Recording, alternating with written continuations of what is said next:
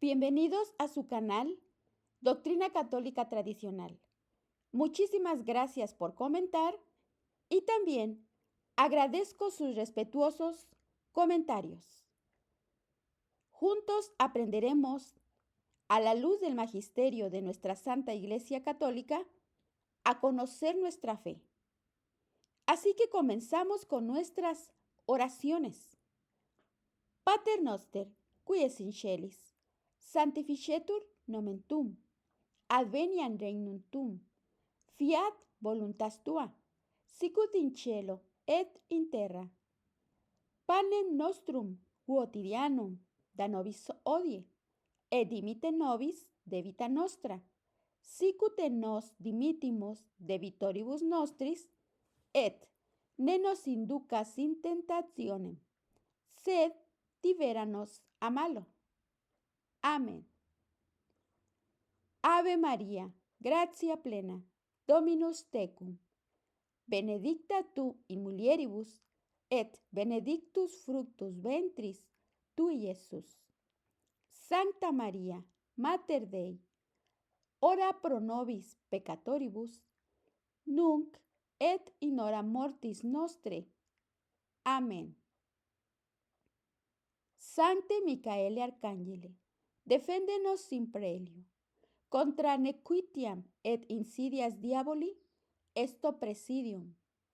Imperet illi Deus, supplices deprecamur. Tuque princeps militia celestis, Satanam aliosque spiritus malignos, qui ad perditionem animarum pervagantur in mundo. Divina virtute in infernum detrude.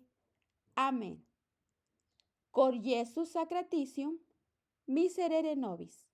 Cor Iesus sacratitium, miserere nobis. Cor Iesus sacratitium, miserere nobis. Continuamos con la segunda parte de la Iglesia Católica tiene la respuesta, por el padre Francois Egregui. La así llamada invención de nuevas doctrinas, que se refiere a la proclamación de nuevos dogmas de la Iglesia, es el cargo más ridículo e infundado de todos, por cuanto aquellos, entre comillas, nuevos dogmas, que de la Iglesia eran en realidad antiguas doctrinas que se remontan a los comienzos del cristianismo. Al proclamarlos como dogmas, la Iglesia solamente enfatizó su importancia para la fe y afirmó que son en verdad parte de la revelación divina. La Iglesia Católica siguió el mismo procedimiento en el siglo IV, cuando proclamó que el Nuevo Testamento es de revelación divina. Por lo tanto, es obvio que la Iglesia Católica no incurrió en error durante la Edad Media como afirman algunos, porque de haberlo hecho, no podía haber producido los cientos de santos medievales. Santos del calibre de San Francisco, San Bernardo, San Buenaventura, Santa Clara, San Antonio, San Juan de la Cruz, Santo Tomás de Aquino, Santa Isabel de Hungría y San Vicente Ferrer, quienes realizaron aproximadamente 40,000 milagros. Siguiente pregunta. ¿Por qué creen los católicos que el apóstol San Pedro fue el primer papa, cuando la palabra papa ni siquiera aparece en las Biblias católicas? ¿De dónde, en realidad, recibe su autoridad el papa para regir sobre la Iglesia Católica? Es verdad, la palabra papa no aparece en la Biblia, pero tampoco aparecen en la Biblia las palabras Trinidad, Encarnación, Ascensión y Biblia. Sin embargo, se hace referencia a ellas por medio de otros nombres. Por ejemplo, a la Biblia se le denomina Escritura. Al Papa, que significa obispo a la cabeza de la Iglesia, se le menciona como la roca de la Iglesia o como el pastor de la Iglesia. Cristo utilizó esta terminología cuando nombró al apóstol Pedro, primer obispo a la cabeza de su iglesia, diciendo: Bienaventurado eres, Simón, hijo de Jonás. Tú eres Pedro, y sobre esta piedra edificaré mi iglesia. San Mateo capítulo 16, versículos 17 al 19. Habrá un solo rebaño, un solo pastor. San Juan capítulo 10, versículo 16. Apacienta mis corderos, apacienta mis ovejas. Las palabras roca y pastor deben referirse a Pedro y deben distinguirlo como el apóstol principal. De otra manera, las afirmaciones de Cristo serían tan ambiguas que carecen de sentido. Ciertamente, los otros apóstoles entendieron que Pedro tenía autoridad otorgada por Cristo para conducir la iglesia, ya que le concedían presidir la asamblea cada vez que se reunían en concilio. Hechos capítulo 1, versículo 15. Capítulo 5, versículos 1 al 10. Y colocaban su nombre en primer lugar cada vez que realizaban una lista de los nombres de los apóstoles. San Mateo capítulo 10, versículo 2. San Marcos capítulo 3, versículo 16.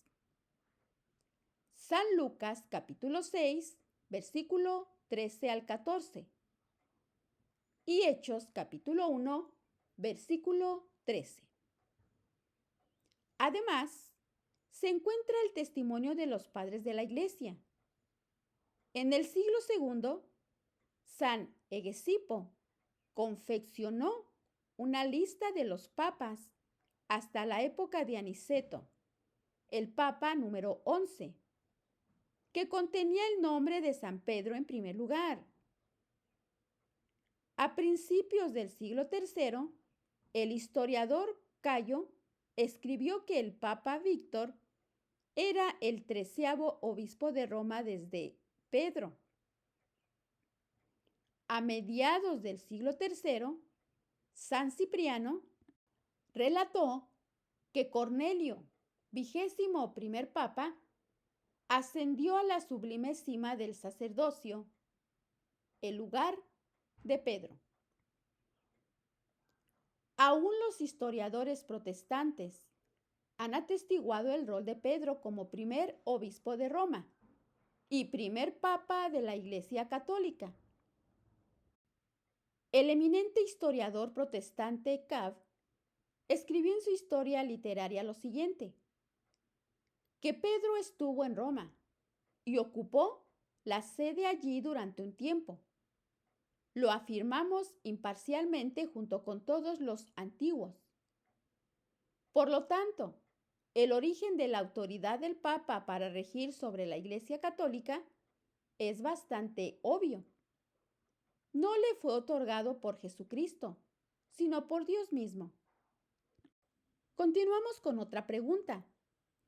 ¿Por qué los católicos creen que el Papa es infalible en sus enseñanzas, cuando él es un ser humano con un intelecto humano finito, así como el resto de nosotros?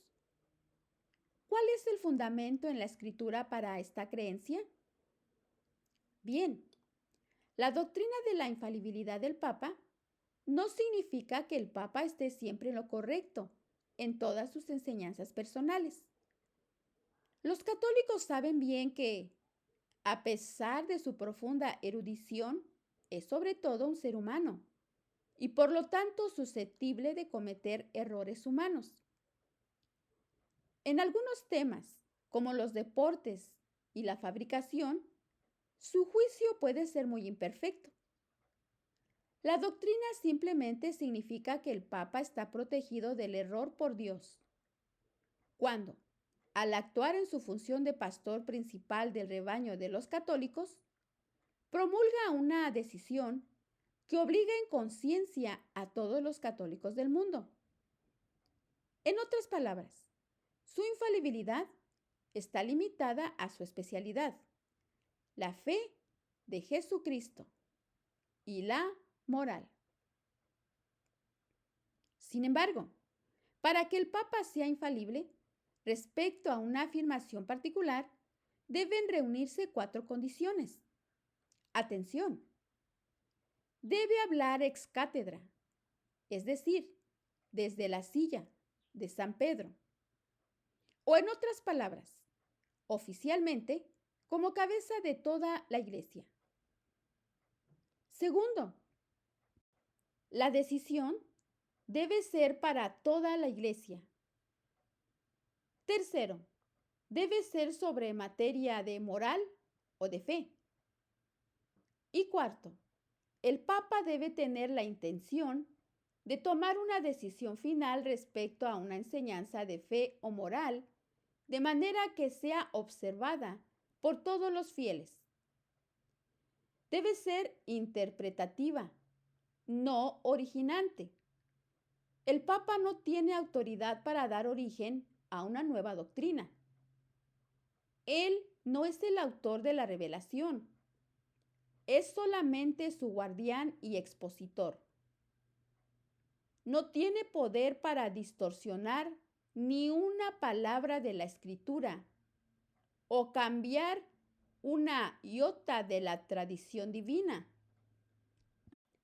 Su infalibilidad está limitada estrictamente a la esfera de la interpretación doctrinal y es utilizada excepcionalmente.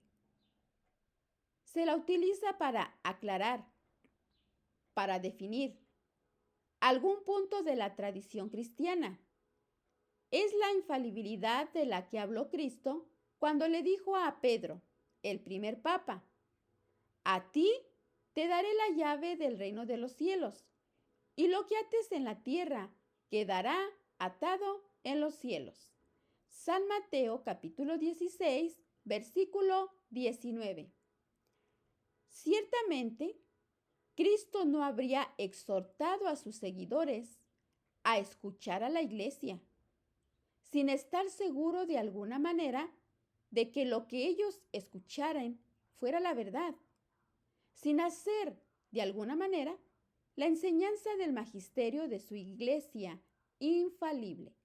San Mateo capítulo 18, versículo 17. Para una completa comprensión de la infalibilidad del Papa, sin embargo, debe conocerse una cosa más.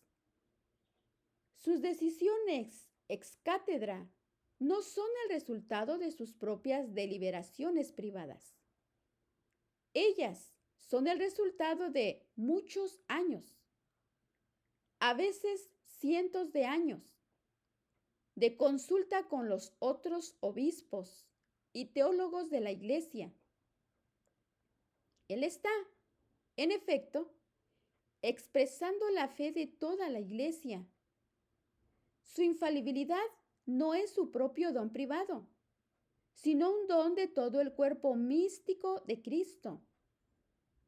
En efecto, las manos del Papa están atadas con respecto al cambio de la doctrina cristiana. Ningún Papa ha utilizado alguna vez su infalibilidad para cambiar, agregar o quitar alguna enseñanza cristiana. Esto es porque nuestro Señor prometió estar con su Iglesia hasta el fin del mundo.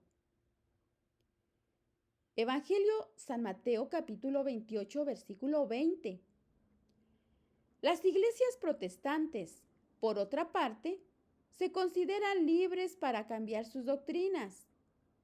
Por ejemplo, Todas las iglesias protestantes enseñaron una vez que la anticon, punto y coma, cepción, era gravemente pecaminosa, pero desde el año 1930, cuando la conferencia de Lambeth de la Iglesia de Inglaterra decidió que la anticoncept, punto y coma, ción, no era más un pecado, virtualmente todos los ministros protestantes del mundo han aceptado esta decisión humana y han cambiado su enseñanza. Siguiente pregunta y muy importante.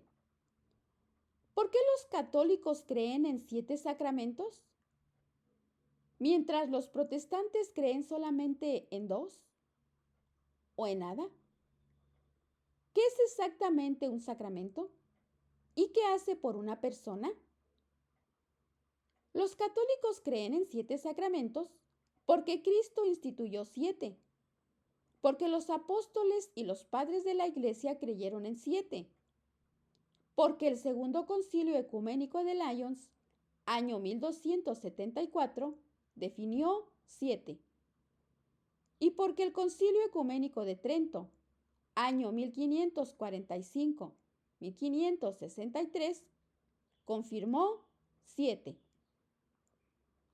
En breve, el número 7 surge de la perpetua tradición de la fe cristiana, lo cual explica por qué ese número es aceptado no solo por los católicos, sino por todas las otras comunidades cristianas antiguas, y asimismo por la copta egipcia, monofisista etíope, jacobita siria y por las ortodoxas griega y rusa. Para entender qué es un sacramento y qué hace por una persona, se debe conocer la correcta definición de sacramento de la tradición cristiana. Propiamente definido, un sacramento es un signo externo instituido por Cristo para otorgar la gracia, es decir, la santidad al alma. Significa, o quiere decir, es una ceremonia de la Iglesia, prescripta por Dios, en la cual las palabras y la acción se combinan para formar lo que es, al mismo tiempo, un signo de la gracia divina y una fuente de la gracia divina. Cuando esta gracia especial, distinta de la gracia de inspiración ordinaria, es impartida al alma, el Espíritu Santo de Dios es impartido al alma y el alma es imbuida de la vida divina, uniendo el alma a Cristo. Como lo señalan las Escrituras, esta gracia es la gracia de salvación. Sin ella el hombre está, en un sentido muy real, aislado de Cristo. Y como lo señalan las Escrituras, Cristo dio a su iglesia 7 sacramentos para servir como ontanares de esta inefable gracia salvadora de las almas, gracia que fluye de su sacrificio en el Calvario.